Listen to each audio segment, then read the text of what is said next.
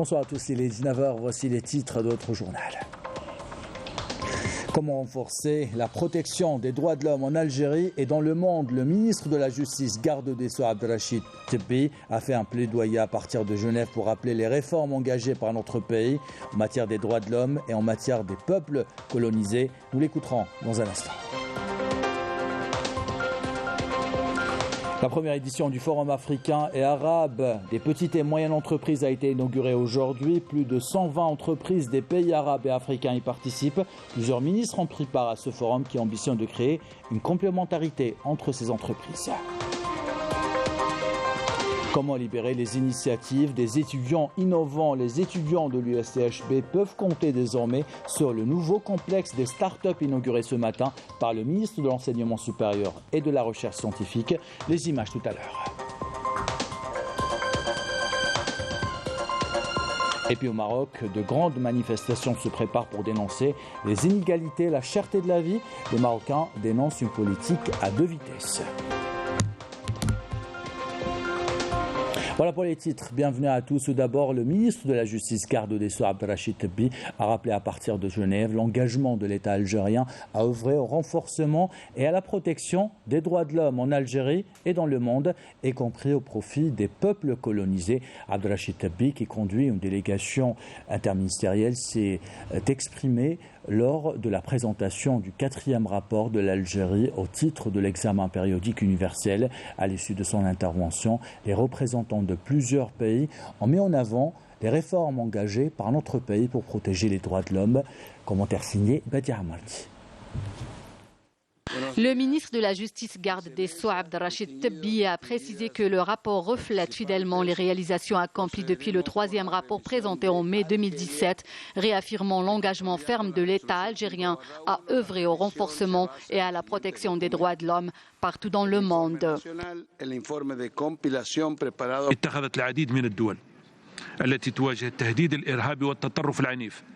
Beaucoup de pays qui font face à la menace du terrorisme et à l'extrémisme ont pris certaines mesures afin de préserver la pérennité de l'État et le respect des libertés des citoyens. Des mesures qui s'adaptent à l'ampleur de ces phénomènes vécus et le degré de menace. Le délit d'opinion et de presse n'existe pas, ni même les peines privatives de liberté pour les journalistes dans le cadre de l'exercice de leur métier. Les cas rares délibérément surexploités sur les réseaux sociaux concernant des individus poursuivis en justice sur la base du droit public et qui n'ont rien à voir avec la liberté d'expression. Dans ce cadre, je tiens à préciser que le gouvernement algérien prépare un projet de loi fondamentale de l'information. Il sera bientôt présenté au Parlement. Ce nouveau texte définira les conditions d'exercice de ce métier noble, les droits et les engagements. Concernant la liberté de culte et de religion consacrée par la Constitution, elle se pratique dans le cadre de la loi et sans discrimination aucune. L'État garantit sa protection contre toute influence politique ou idéologique, en application de l'article 51 de la Constitution. La majorité écrasante des pays intervenant lors de cette session ont salué les réalisations de l'Algérie en matière des droits de l'homme et les chantiers de réforme ouverts en vue de leur promotion. La Belgique salue les efforts de l'Algérie depuis les précédents examens, notamment en matière de droits des femmes et des enfants. Le Canada salue l'Algérie pour l'adoption d'un langage positif sur les droits des femmes dans la Constitution de 2020. La France salue les ambitions en matière de droits de l'homme prévues par la révision constitutionnelle de 2020, notamment s'agissant du respect de l'état de droit, de l'indépendance de la justice et la lutte contre les violences faites aux femmes. Nous félicitons les efforts de l'Algérie pour le renforcement et la consolidation des droits de l'homme. Les pays participants ont félicité l'Algérie pour sa coopération avec les mécanismes internationaux à travers l'invitation de rapporteurs spéciaux relevant du Conseil des droits de l'homme et son invitation ouverte au haut-commissaire des droits de l'homme pour visiter l'Algérie.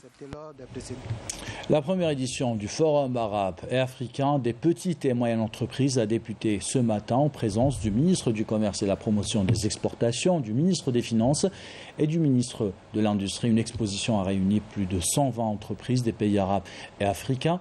Objectif, faire connaître les produits des différents pays et créer une complémentarité entre les économies des pays arabes et africains. Couverture signée Yasmine Messaoudi. Précisant les décisions économiques prises lors du 31e sommet arabe, le salon SMEX intervient avec un double objectif, faire connaître les petites et moyennes entreprises arabes et africaines, mais aussi créer une complémentarité d'un point de vue économique et industriel.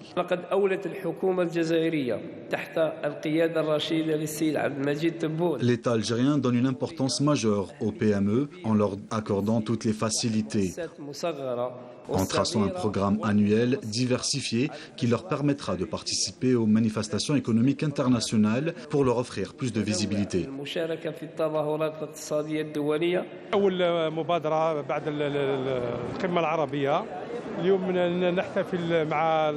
C'est la première manifestation après la tenue du sommet arabe. Nous célébrons aujourd'hui cette manifestation avec nos frères des pays arabes dans le cadre des échanges économiques. Plusieurs PME sont présentes dans ce salon pour créer une industrie arabe commune par excellence.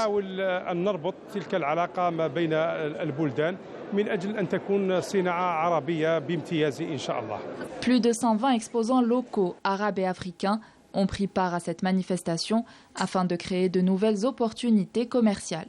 On est là pour le salon des petites et moyennes entreprises arabes pour l'objectif d'essayer de faire se rapprocher des entreprises arabes pour essayer de faire des exportations de matières premières aux produits finis. Et spécialement pour les pays limitrophes et pourquoi pas l'Afrique dans les prochains avenirs. هناك حتى إرادة عربية للتوجه للاستثمار في الجزائر من حيث الاستيراد. فالجزائر فيها المقومات من بنية تحتية من مواد أولية من يد فاعلة عاملة ناشطة ومنتجات تضاهي المنتجات الأوروبية. Nous intervenons dans le domaine, comme je viens de dire, de la transformation agroalimentaire des produits locaux, notamment les mangues, les goyaves, les citrons, qui est en confiture, sirop et fruits séchés. Donc nos attentes par rapport à l'événement, c'est d'avoir des partenaires qui pourront nous aider à grandir notre entreprise. Il s'agira entre autres pour les investisseurs, chefs d'entreprise, experts et entrepreneurs participants de soulever d'autres axes tels que l'accès des PME aux outils de financement innovants, mais aussi de prendre connaissance des facilitations mises en place par l'État au profit des investisseurs étrangers. Nous avons des garanties concernant donc l'amélioration du climat d'investissement en général par rapport au délai, par rapport à la définition elle-même de l'acte d'investir qui est une nouveauté puisqu'il intègre donc tout ce qui est immatériel dans la définition. Il encadre aussi tout ce qui est matériel, à savoir donc la participation à travers donc un équipement que peut apporter l'investisseur dans le cadre du projet. Il intègre aussi l'ensemble des garanties liées donc à l'arbitrage et aussi au recours qui est au niveau d'une commission. Je pense, pour résumer, que ces éléments sont des éléments assez importants qui donnent quand même une image de sécurité puisque la loi se veut une loi de reprise de confiance entre l'investisseur et l'administration. Les débats et panels prévus à cette occasion aborderont les perspectives de coopération entre pays arabes et africains dans le domaine des PME, la mise à niveau de ces entreprises ainsi que les opportunités et les défis de la 4e révolution industrielle et la transformation digitale.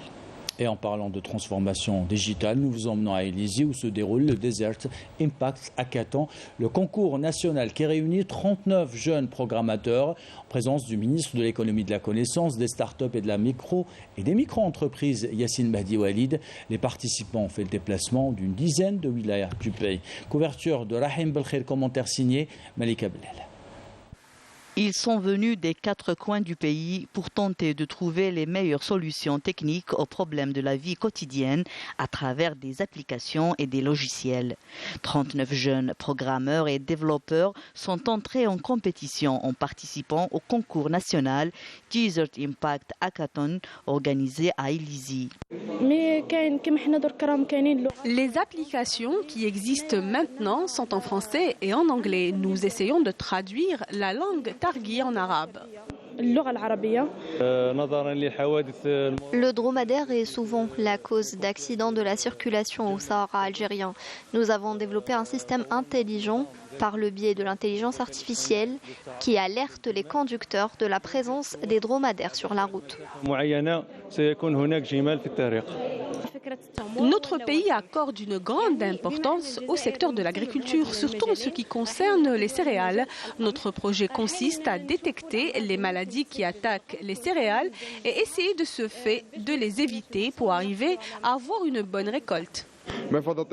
Nous avons développé une plateforme qui permet aux malades atteints de cancer de mettre tous leurs dossiers médicaux sur la même plateforme, sur laquelle nous trouvons toutes les informations concernant le malade, l'âge, la fonction, la maladie.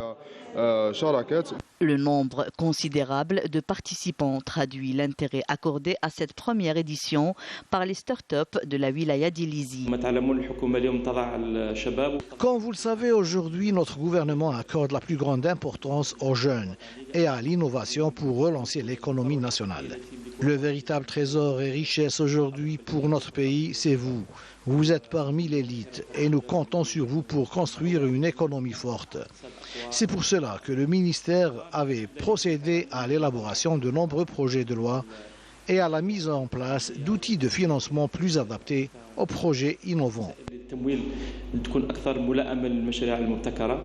Par ailleurs, un cycle de formation sera organisé dans les prochains jours en coordination avec le ministère de l'Enseignement supérieur et de la Recherche scientifique dans le but d'accompagner et d'aider les jeunes innovateurs et les porteurs de projets. Et ces porteurs de projets ont besoin également d'espace pour libérer leur initiative. Comment faire des universités algériennes des établissements au service d'un environnement socio-économique qui contribue à la relance de l'économie nationale? À l'USTHB, le ministre de l'Enseignement supérieur et de la Recherche scientifique, Kamel Badari, a inauguré ce matin le complexe des startups. Objectif, libérer les initiatives des étudiants innovants. Couverture signée Rina Lerari. L'Université des sciences et de la technologie Houari Boumediene abrite pour la première fois le complexe des startups spécialisés dans les domaines techniques, sciences exactes et de la technologie. Cette initiative a engouement de la part des étudiants et un intérêt particulier de la part des professeurs, considérant qu'il s'agit là d'une opportunité qui permet aux étudiants de l'USTHB de mettre en œuvre leurs projets professionnels. Parmi les projets, c'est le projet de l'aide sur les sols. C'est un projet pour le recyclage, le modèle zéro déchet. On a commencé pour faire la collecte des données pour avoir approximativement le nombre exact des déchets. À travers le projet de la création des micro-entreprises, on pourra réaliser nos projets et apporter un plus pour notre pays. Notre club, il est là pour faire connaître notre spécialité aux étudiants à l'ensemble de l'université et faire des formations qui vont nous initier au monde professionnel, entre autres pour la création de start-up, les innovation dans le domaine de construction, que ce soit les matériaux de construction ou les méthodes de construction, ils donnent la stabilité de notre structure et avoir un coût moins élevé, viser l'économie algérienne. La valeur ajoutée, c'est que l'université va non seulement dispenser du savoir et de la connaissance, mais transformer aussi ce savoir et cette connaissance en économie et devenir aussi une source d'emploi, une source économique qui va impacter très forcément aussi l'économie ou le tissu économique national. Lors de sa visite, le ministre de l'Enseignement supérieur et de la Recherche scientifique, Kamel Badari, s'est déplacé au niveau de l'auditorium pour visiter une exposition organisée par les étudiants, soulignant que ce nouveau complexe assurera un espace et climat propice à l'innovation pour les jeunes porteurs de projets. Ma visite a un double objectif. Le premier est de sensibiliser les étudiants qui sont en phase de finalisation de leur projet de fin d'études, de leur responsabilité sociétale envers la société, les défis de la société en matière d'emploi, et ainsi que ces étudiants soient des chercheurs d'emploi, ils seront des créateurs d'emplois à travers la création de leur start-up. Ce projet s'inscrit dans une nouvelle vision de l'université algérienne qui ambitionne de créer des établissements au service de son environnement socio-économique à la faveur d'une contribution à la relance de l'économie nationale. Et toujours à propos des jeunes, cette fois dans le domaine de l'entrepreneuriat, le président du Conseil supérieur de la jeunesse, Moustapha Hidaoui, a inauguré aujourd'hui le salon de l'entrepreneuriat pour la créativité. Ce salon connaît la participation de plusieurs jeunes exposants activant dans plusieurs domaines. Je vous propose de l'écouter. Ces activités sont un trait d'union entre la détermination et les réalisations de nos jeunes à travers l'histoire et la force de nos jeunes d'aujourd'hui et la nécessité de leur adhésion à cette dynamique économique, comme c'est le cas cette fois-ci avec l'entrepreneuriat. Dans l'activité parlementaire de ce samedi, le ministre du Travail, de l'Emploi et de la Sécurité sociale, Youssef Sharfa, a présenté devant la Commission des finances et du budget de l'Assemblée populaire nationale le budget du secteur ainsi que les mesures proposées dans le cadre du projet de loi des finances. Le ministre a affirmé que les mécanismes d'aide à l'investissement seront mis à jour et que de nouveaux textes législatifs verront le jour pour améliorer le climat des affaires, avant d'ajouter que 2023 sera l'année de l'investissement et de la promotion du travail. L'ami de la révolution algérienne, membre de l'armée de libération nationale, Roberto Muniz Di Mohamed l'Argentin, qui est décédé aujourd'hui, a été inhumé au cimetière d'El Alia. Pour cette douloureuse circonstance, le ministre des Moudjahidines et des ayants droit, l'Aïd al-Biqa, a présenté ses sincères condoléances à la famille du défunt et à ses proches. L'Algérie perd un ami de la révolution nationale.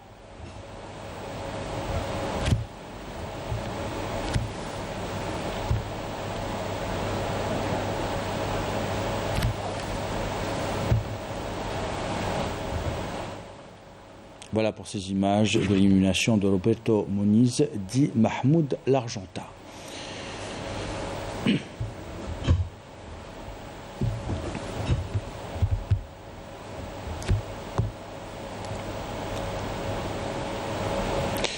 Dans l'actualité de ce samedi, le ministre des Transports, Kamel Beljoud, a procédé aujourd'hui à l'installation du président directeur général de la Société de gestion des services et infrastructures aéroportuaires d'Alger, Mohamed Salah Kaouch. La cérémonie d'installation s'est déroulée au siège de la société à l'aéroport international Houari Boumediene en présence du Wali d'Alger, du PDG d'Air Algérie, des cadres du ministère. Je vous propose d'écouter la déclaration du ministre des Transports.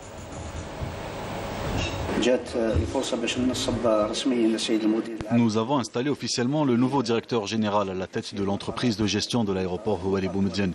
Nous avons saisi cette occasion pour évoquer des grands exploits accomplis par l'Algérie en matière d'infrastructures et ce à travers tout le territoire national. Les infrastructures dotées de toutes les commodités nécessaires. Nous rencontrons cependant un problème pour ce qui est de la gestion. C'est pour cette raison qu'aujourd'hui, nous avons rappelé au présent la nécessité de mettre les besoins des citoyens en première ligne.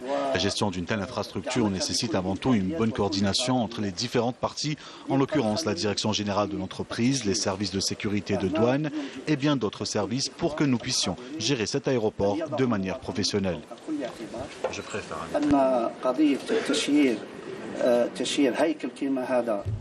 Dans l'actualité internationale, des parlementaires autrichiens ont appelé la Commission européenne et le Conseil de l'Europe à respecter les arrêts de la justice de l'Union européenne qui juge nul et non avenu tout accord économique ou commercial entre l'Union européenne et le Maroc, incluant le Sahara occidental.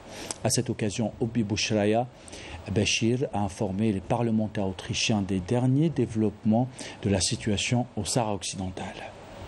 Et le peuple sahraoui boucle dimanche la deuxième année de reprise de sa lutte armée et légitime contre l'occupant marocain.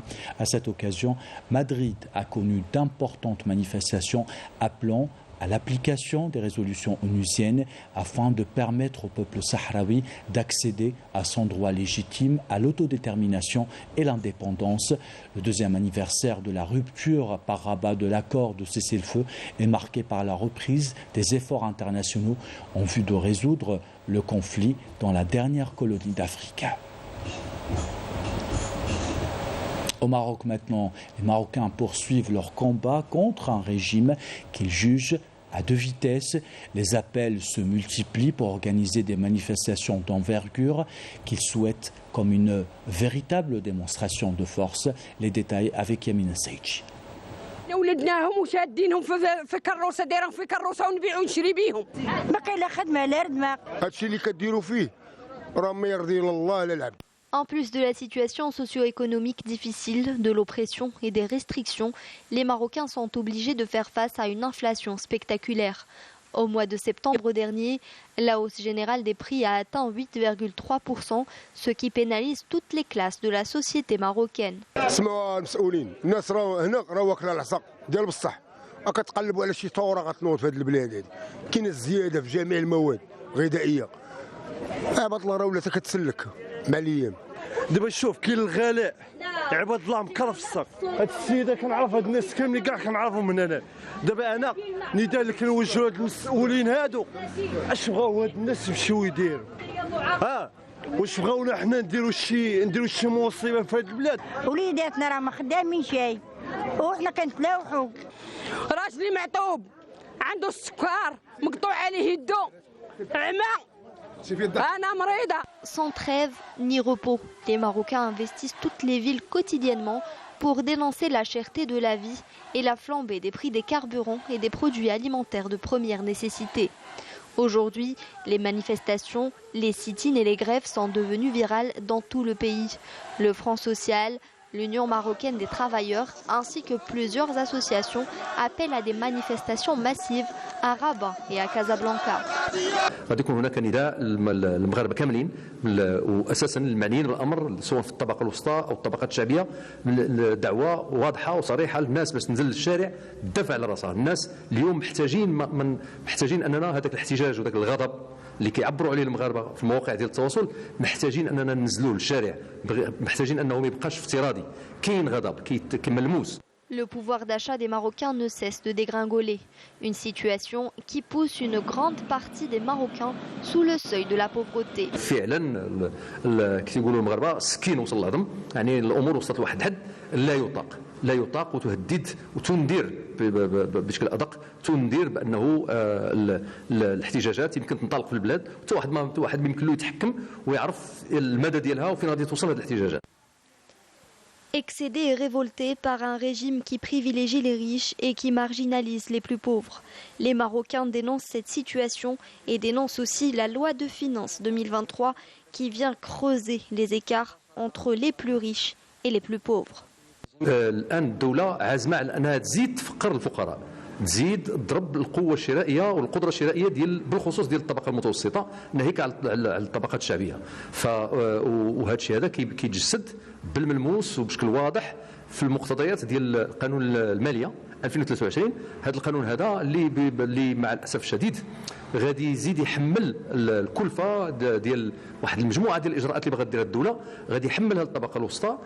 Malgré toutes les violences et les répressions, les Marocains sont tout de même déterminés à se battre pour revendiquer une vie décente et digne. Et les manifestations se multiplient et les revendications aussi pour ceux et celles qui investissent les rues. Il est temps de mettre fin à l'injustice. Parmi les revendications aussi, mettre fin à la normalisation avec l'entité sioniste. Les détails avec Yamina Seichi.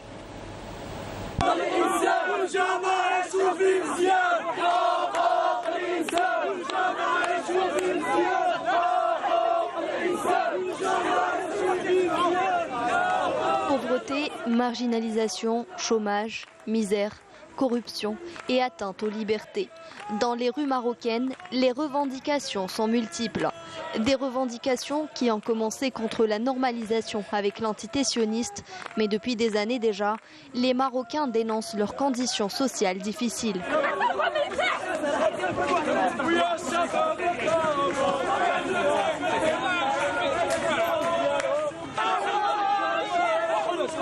Aujourd'hui, les Marocains demandent une série de réformes dans divers domaines. Des dizaines de diplômés de Fès et de Meknès sont sortis dans la rue pour exprimer leur ras-le-bol de leur situation sans issue. Ils sont au chômage depuis qu'ils ont décroché leur diplôme et peinent à voir le bout du tunnel. واحد الجحافل قمعيه بكل التلاوين.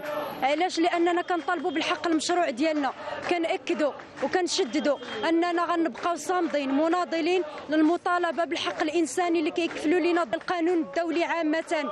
من بعد ما قرينا وضحينا ما غيكونش المصير ديالنا الشوارع.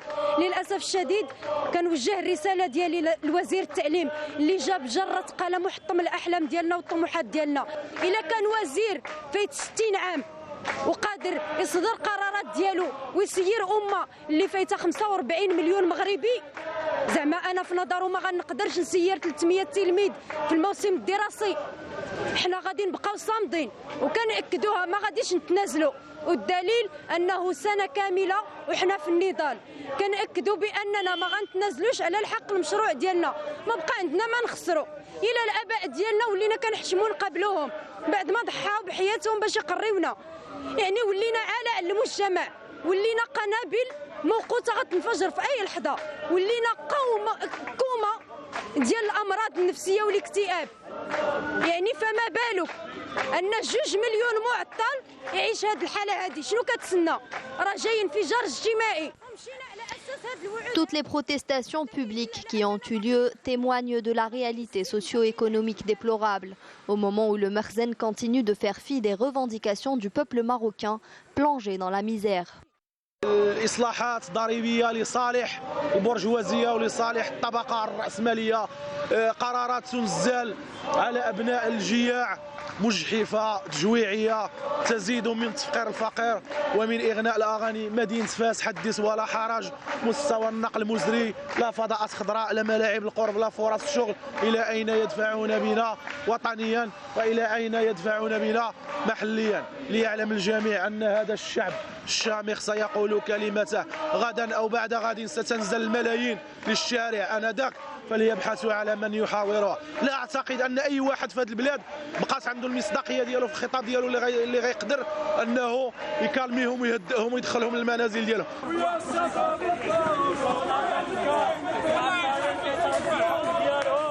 Plusieurs villes marocaines ont été le théâtre tout au long de cette semaine de manifestations et marches initiées par des organisations locales pour dénoncer la détérioration des conditions sociales des Marocains et réclamer la fin de la politique d'appauvrissement menée par le régime défaillant et aux abois.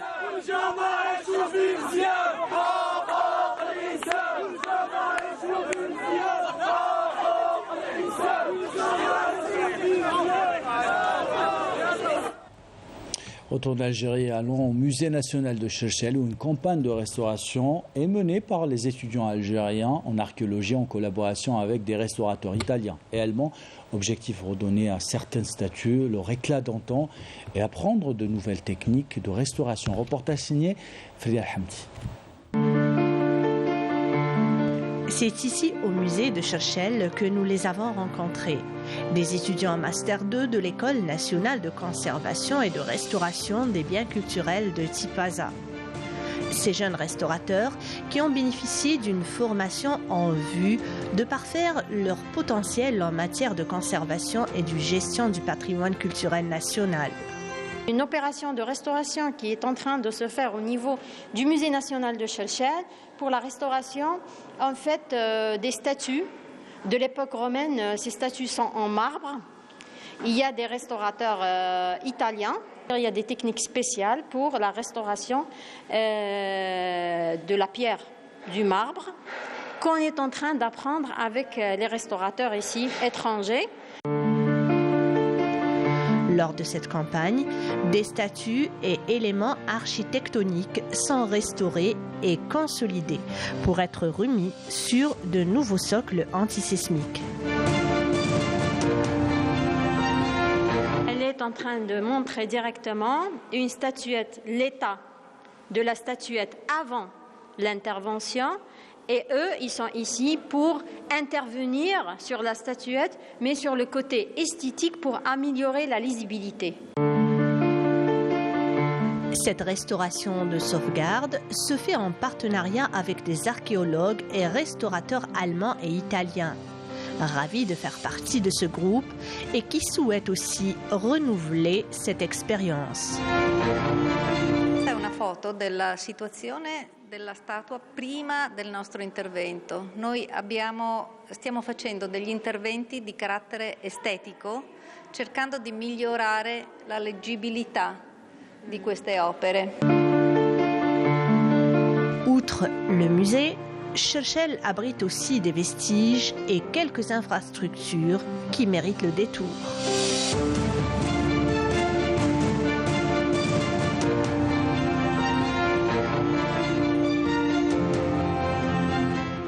Et on termine ce journal avec l'actualité sportive. Le sélectionneur national Jamel Belmadi a retenu 24 joueurs pour le prochain stage des Verts des 2 rencontres amicales contre le Mali le mercredi 16 novembre au stade Miloud Hadfi d'Oran et la Suède le 19 du même mois au stade de Malmö. L'actualité de la Ligue 1 de football, 2 matchs se sont déroulés cet après-midi. Le Mouloudia Club d'El Bayed et le MC Oran n'ont pas pu se départager, se sont quittés sur le score de parité d'un but à partout, alors que l'USM Khenchla a dû attendre la dernière minute de la rencontre pour battre l'US Biskra, 1-0, alors qu'en ce moment se déroule le dernier match au programme d'aujourd'hui opposant GS Kabylie, la GS Saoura, et le score est de 2-1 en faveur des Bechari à 20 minutes de la fin. Nous sommes à 20 minutes de la fin de la partie. Et ainsi va l'actualité. C'est la fin de ce journal. L'équipe de la rédaction qui l'a préparé, l'équipe technique qui l'a réalisé vous remercie de l'avoir suivi. Merci pour votre fidélité. Belle soirée.